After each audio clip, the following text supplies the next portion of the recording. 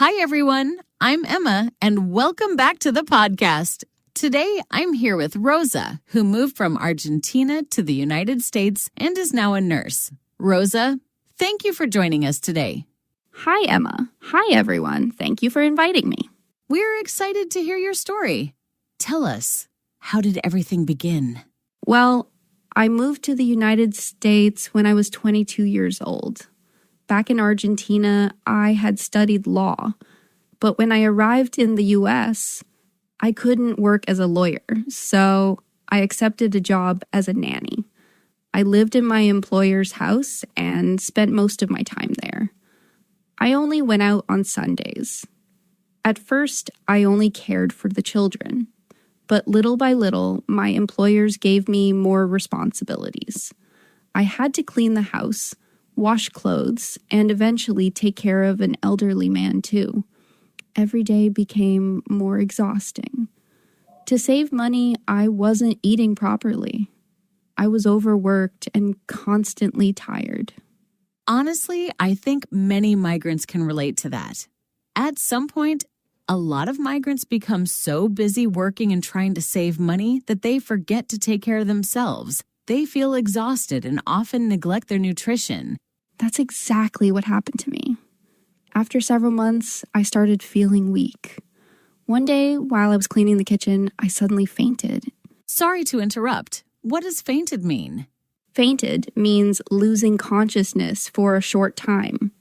For example, I fainted because I had anemia and was physically exhausted from working too much. That sounds serious. What happened next? An ambulance took me to the hospital. The doctors ran several tests to find out why I had fainted. During those examinations, they found something unexpected. One of the x-rays showed what appeared to be a 5-centimeter mass near my lung. Wait, what does lung mean? Lung! A lung is one of the organs we use to breathe. For example, smokers can develop problems in their lungs. So the doctors thought you had a tumor? Yes. At first, they told me it might be a tumor. I was terrified. I had already lost my job. I had medical bills. And now I thought I might have a serious illness. Wow, Rosa. That sounds overwhelming. You had lost your job, you had medical bills, and now you thought you might be seriously ill? I can't even imagine how stressful that must have been. What happened next? I spent most of my savings on specialists, scans, and medical consultations. For weeks, I couldn't sleep properly. Finally, after many tests, the doctors discovered that it wasn't a tumor at all. The image was misleading. What looked like a tumor was actually inflammation, scar tissue, and a benign nodule. Another vocabulary word. What does nodule mean? A nodule is a small lump or growth that is usually harmless. For example, the doctors discovered that the nodule in my lung was benign and didn't require surgery. You know what's funny? I always thought these kinds of mistakes only happened in my country. No, Emma, they happen in the first world too. That's actually comforting and scary at the same time. That must have been frightening. Emma, what does frightening mean? Great question.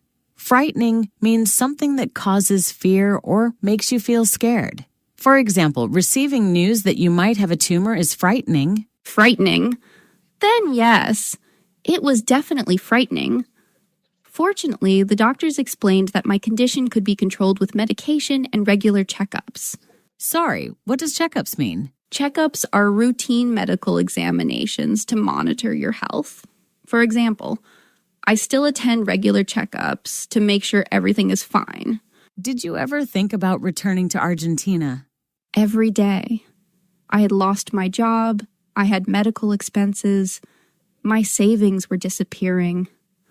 I constantly wondered whether I should return home, but going back wasn't an option. That's a strong mindset. What happened next? After recovering, I found a new job taking care of an older grandmother. She completely changed my life. She loved books. Every day she asked me to read to her. The problem was that my English was terrible. Ha ha ha. My pronunciation was awful. Sometimes she laughed when I read. Did the grandmother help you improve? Help me. She tortured me. Every time I mispronounced a word, she stopped me immediately. Rosa, that's not how you say it. Try again. Sometimes she corrected me 20 times on a single page. And the next day, she made me read the same chapter again. She always said, I didn't understand anything yesterday. Read it again. This time, read it properly. At first, I was frustrated. I remember thinking, oh no, not this chapter again. I wasn't torturing you.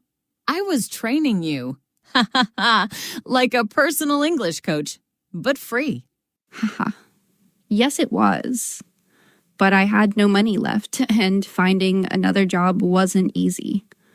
So I stayed patient. Little by little, I realized something.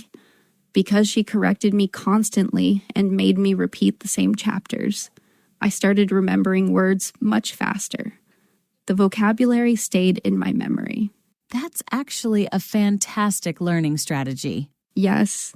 At first, I hated it. Later, I loved it. I became very persistent. What does persistent mean? Persistent means continuing even when something is difficult. For example, I studied English every night, even when I felt tired or discouraged.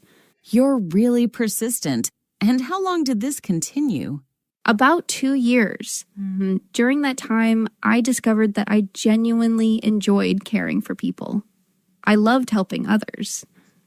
That's when I started thinking about studying nursing. One day, I was reading information about universities. The grandmother looked at me and asked, "Would you like to study at university?" I said, "Yes, but I need a scholarship. It's too expensive." What does scholarship mean? A scholarship is financial assistance that helps someone pay for education. For example, many migrants apply for scholarships because studying abroad can be very expensive. So what happened? She smiled and said, "I don't have children. I would like to help someone become a nurse." I couldn't believe it. She helped me start my nursing studies. It was one of the greatest acts of kindness I have ever experienced. What does kindness mean? Kindness means being generous, caring, and helping others. For example, that grandmother changed my life through her kindness. What an incredible story. Now let's see if our audience was paying attention. Question number 1. Why did Rosa decide not to return to Argentina? Because I wanted to build a better future in the United States. Great. Question number 2. Why did Rosa improve her English so quickly? Because the grandmother corrected me every day and made me reread the same chapters again and again. Great. Question number 3. What was the surprising result of Rosa's medical examinations? The doctors initially thought I had a tumor. Great. And for those who didn't answer correctly, remember how Rosa had to read the same chapters again and again? Well, now it's your turn. Ha ha ha. Go back and listen to this podcast one more time. Repetition helps your brain remember vocabulary, pronunciation, sentence structures, and natural English expressions. Before we finish, Rosa, what advice would you give to migrants? Never give up because of your current situation. Your first job may